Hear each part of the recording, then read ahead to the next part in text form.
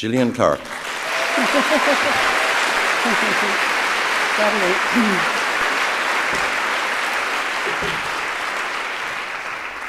It's a very strange coincidence, but the first poem I've put on my list to read tonight is the poem for R.S. Thomas, and it's not planned at all. He was, of course, it was his centenary in 2013, and now it is the centenary of the birth of Dylan Thomas. They were born almost in the same year, but R.S. lived a great deal longer than Dylan did. It's just called R.S. His death on the midnight news, suddenly colder. Gold Septembers driven off by something afoot in the southwest approaches. Gods breathing in space out there, misting the heave of the seas, dark and empty tonight, except for the one frail coracle borne out to sea, burning.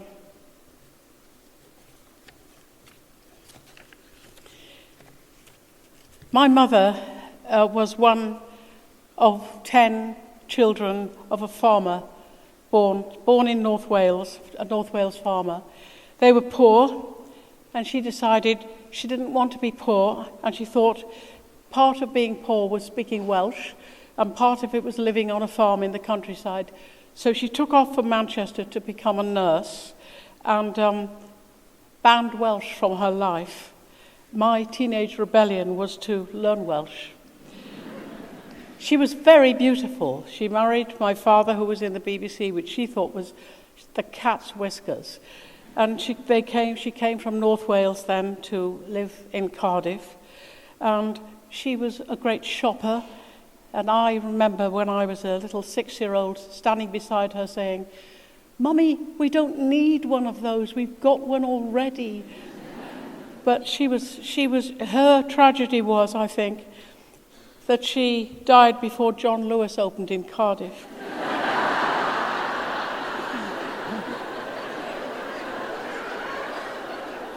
She wore stiletto heels even for gardening.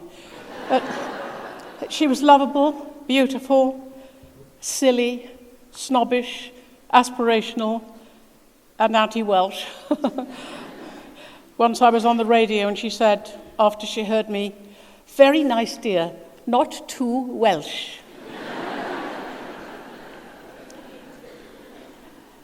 The habit of light. In the early evening, she liked to switch on the lamps in corners, on low tables, to show off her brass, her polished furniture, her silver and glass. At dawn, she'd draw all the curtains back for a glimpse of the cloud-lit sea. Her oak floors flickered in an opulence of beeswax and light. In the kitchen, saucepans danced their lids. The kettle purred on the aga, supper on its breath, and the buttery melt of a pie. And beyond the swimming glass of old windows, in the deep perspective of the garden, a blackbird singing. She'd come through the bean rows in tottering shoes, her pinny full of strawberries, a lettuce, bringing the palest potatoes in a colander, her red hair bright with her habit of colour, her habit of light. The rest of my list today comes from my collection, Ice, most recently published collection. I loved the beauty of those snowy winters we had, not this year, but the year before, the year before, the year before that. And there was one winter when, one of those snowy times, when I was marooned. Before Christmas, the snow came very early, marooned in a 12th floor flat in Cardiff, while home, which is in Ceredigion in West Wales, my husband was at home, and we just were mobile phoning the snowy scenes, and I was just longing to get home, but at least we could communicate our separate impressions of this wonderful miracle of the snow and the ice. The River Ely in Cardiff froze solid. Ice music. Locked 12 floors up above the frozen Ely. I show you the silver bones of the river afloat on black water. 100 miles away, checking the sheep late, you show me the light of the full moon through the larches, magnified in every lengthening snow lens. Stretched between us across the cryosphere, white counties, fields, towns, motorway, blocked B-roads, the deepening geography of snow. We both hear the music, the high, far hum of ice, strung sound, featherfall, a sigh of rhyme, fog-blurred syllables of trees, sapped, stilled to stone.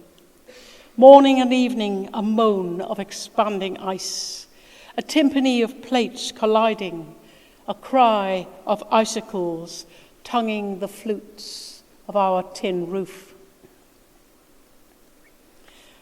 Just a week before Christmas, this went on for a week or two, just a few days really before the last week before Christmas, it seemed as if the snow was going to stop falling.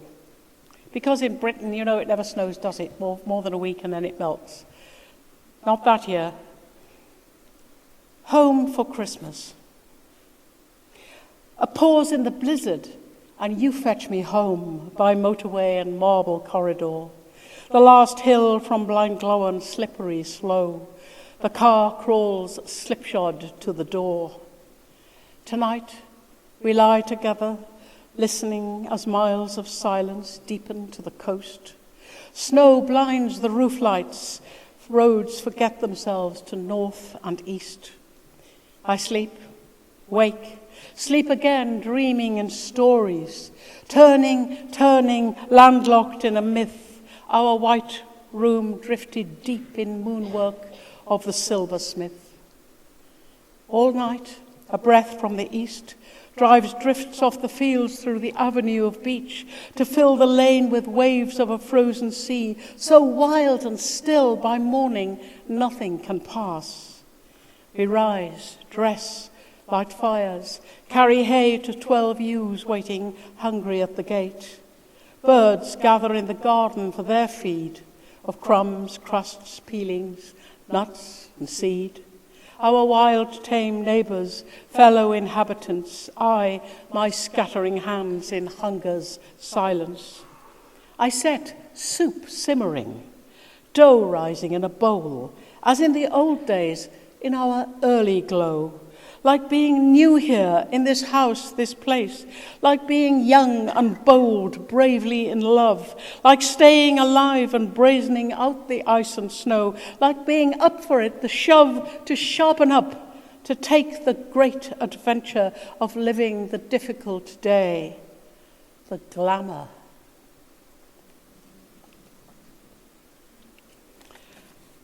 There's one now which is partly in Welsh, but the Welsh is easy because it's just the first lines of each of the marriage vows.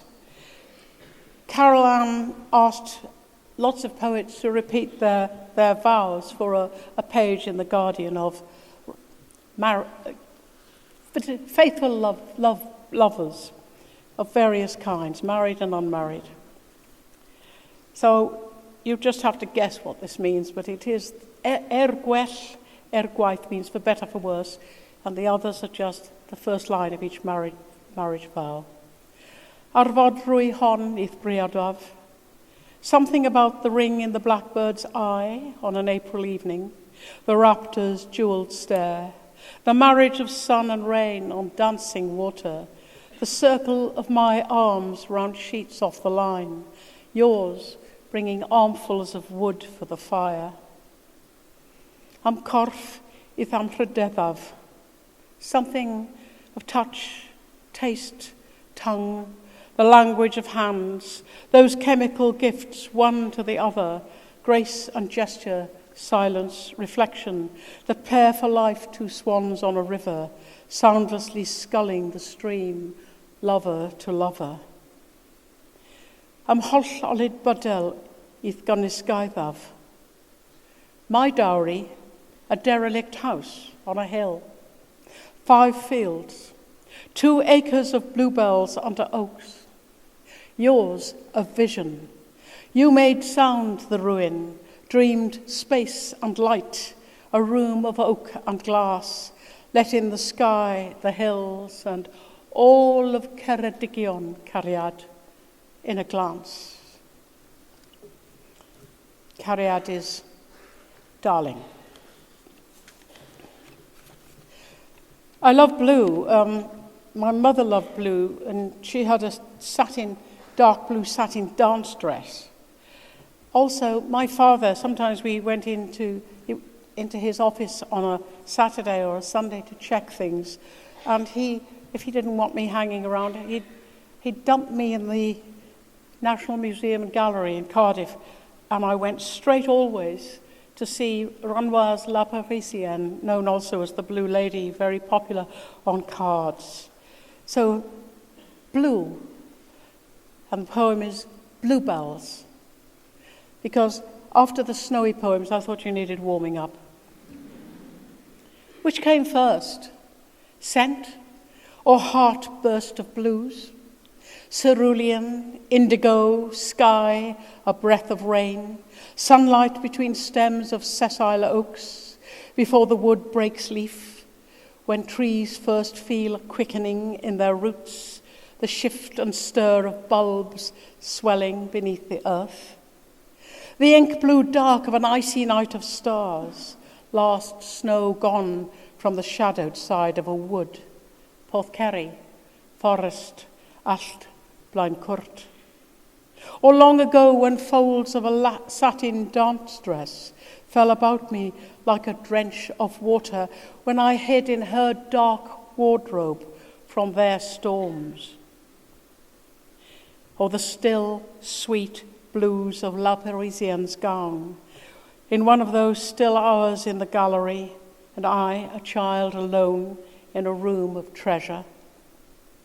After the bitter cold it comes again, this dream of blue breaking in the wood, in a long flood about the ankles of oaks. The drowning satins of cool blue in a wardrobe, beauty and grief and every blue in the world in each drooping head of bells.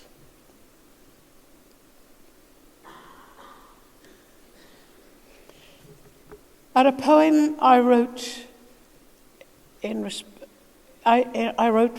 for the 50-year anniversary of the last big coal accident in South Wales.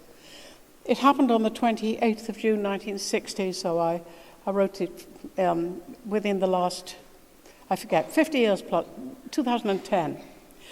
Always the names of coal mining disasters are beautiful because they're named for the villages where they happened, and this village was called Six Bells. Beautiful name. My lovely late father-in-law was captain of the miners' rescue team for that area. He was a coal-face worker in the colliery at Oakdale, not very far away from Six Bells. When I was asked to write this by the BBC, I decided to imagine one person that day, which was a very beautiful summer's day. Six bells. Perhaps a woman hanging out the wash, paused, hearing something, a sudden hush, a pulse inside the earth like a blow to the heart, holding in her arms the wet weight of her wedding sheets, his shirts. Perhaps heads lifted from the work of scrubbing steps, hands stilled from ringing rainbows onto slate, while below the town, deep in the pit, a rockfall struck a spark from steel and fired the void, punched through the mine a fist of blazing fire damp. As they died, perhaps a silence before sirens cried, before the people gathered in the streets, before she'd finished hanging out her sheets. And finally, another one which Carol Ann asked me to produce for one of her ventures, one of her editing ventures. This was from Jubilee Lines, produced for the Queen's Jubilee, and she gave 60 poets, or herself and 59 others, a date, a year, and she gave me 1955. It was a good year for me because it was my last year, a good year for me to think about and to remember, because it was my last year as a schoolgirl. And I seem to remember a hot month at least of summer weather in which I have to say that what made it, I was just dying to get out into the world and begin to live. And the worst thing was, I was in a convent boarding school. And I really worried that all the lovely boys would be taken by the prettiest girls who'd left the year before. I just thought there'd be nobody left to me at all. And so a friend and I mean, when we were in that school, I just remember how much attention the window cleaner got. Got really, really excited, or people delivering groceries to the school, thrilled to bits if they were at least men. So my friend and I decided, not with our heads, but with our whole selves, to get out, to run away, to bunk off. My school was in Porthcawl in South Wales, and it was quite near to the sea, and we ran through the sand dunes to the sea. Running away to the sea, 1955. It might have been heat stroke, the unfocused flame of desire for a name in a book, a face on the screen, the anonymous object of love. Two schoolgirls running like wildfire, bunking off through dunes to the sea, breathless. We were lost and free, east of Eden. It was James Dean, Elvis, Bill Haley and the Comets. It was Heartbreak Hotel on the gramophone. It was Heathcliff by torchlight, in bed after lights out. The dunes were molten glass. We slowed to a dawdle, rippling sand with our toes, grains of gold through our fingers, on our skin, in our hair, without words to say why or who or where. This I remember. The hour was still. Bees browsing sea lavender, and beyond the dunes the channel as blue as the Gulf of Araby, a name from the drowse of a daydreaming lesson. Sun on the board, the chalk, sister's hand, a faraway voice as if heard through water, murmuring rosaries. Egypt, the Red Sea, the Bitter Lakes, Suez, a psalm of biblical names called geography. That was the last day the world stood still. In a year, there'd be tanks in Budapest, over Sinai, bombers on the move, and I'd be in the streets in the march against war as empires loosened their grip. It was almost like love. Thank you.